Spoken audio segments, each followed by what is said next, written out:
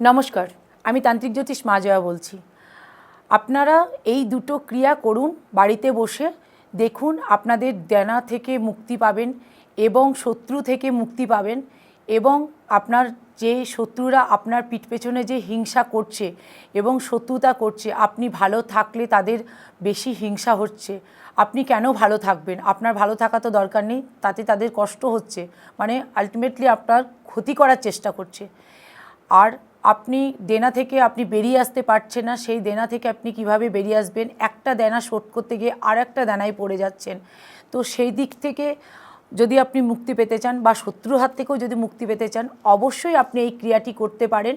কিচ্ছু না, আপনি মঙ্গলবার থেকে শুরু করুন। অবশ্যই যদি অমাবস্যার পরে যে মঙ্গলবারটি পড়বে সেই মঙ্গলবার থেকে 16টি মঙ্গলবার আপনি ফলো করবেন।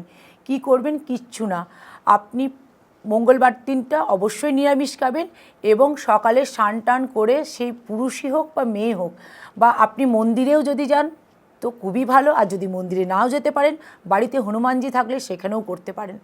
আপনি কিচ্ছু না, শুধু আপনি একটি নারকেল নিয়ে আসবেন। সেই নারকেলের মধ্যে আপনি আপনার শত্রু বা আপনি যার কাছ থেকে দেনা থেকে মুক্তি পেতে চাইছেন, বা আপনার শত্রুর নাম, মানে দুটো যে বললাম যে দুটো থেকে মুক্তি পাওয়ার জন্য, যদি আপনি শত্রুর জন্য করেন তাহলে শত্রুর নাম, বা দেনা থেকে মুক্তি পেতে চাইলে আপনি যার কাছ থেকে দেনা করেছেন বা যার আপনার যাতে দেনা শোধ হয়ে যায়, ঋণ মুক্তি হয়ে যায়, তার জন্য এই মনস্কামনা জানিয়ে আপনি লাল রঙের সুতো এনে আপনি নারকেলটার মধ্যে আপনি 7 পাক দিয়ে ঘোরাবেন এবং ঘোরানোর শেষে আপনি 7টি গিঁট দেবেন।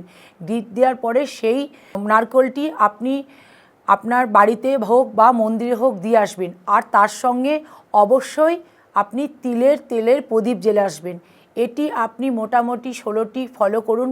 অবশ্যই অমাবস্যার পর যে মঙ্গলবারটি পাবেন সেই মঙ্গলবার থেকে শুরু করে 16টি মঙ্গলবার করবেন, নিরামিষ খাবেন। যেটা বললাম সেরকমভাবেই ফলো করুন। অবশ্যই আপনি সুফল পাবেন এবং আপনি শত্রু, ঋণ মুক্তি এই জায়গা থেকে বেরিয়ে আসবেন। দেখবেন ভালো থাকবেন, সুস্থ থাকবেন। নমস্কার।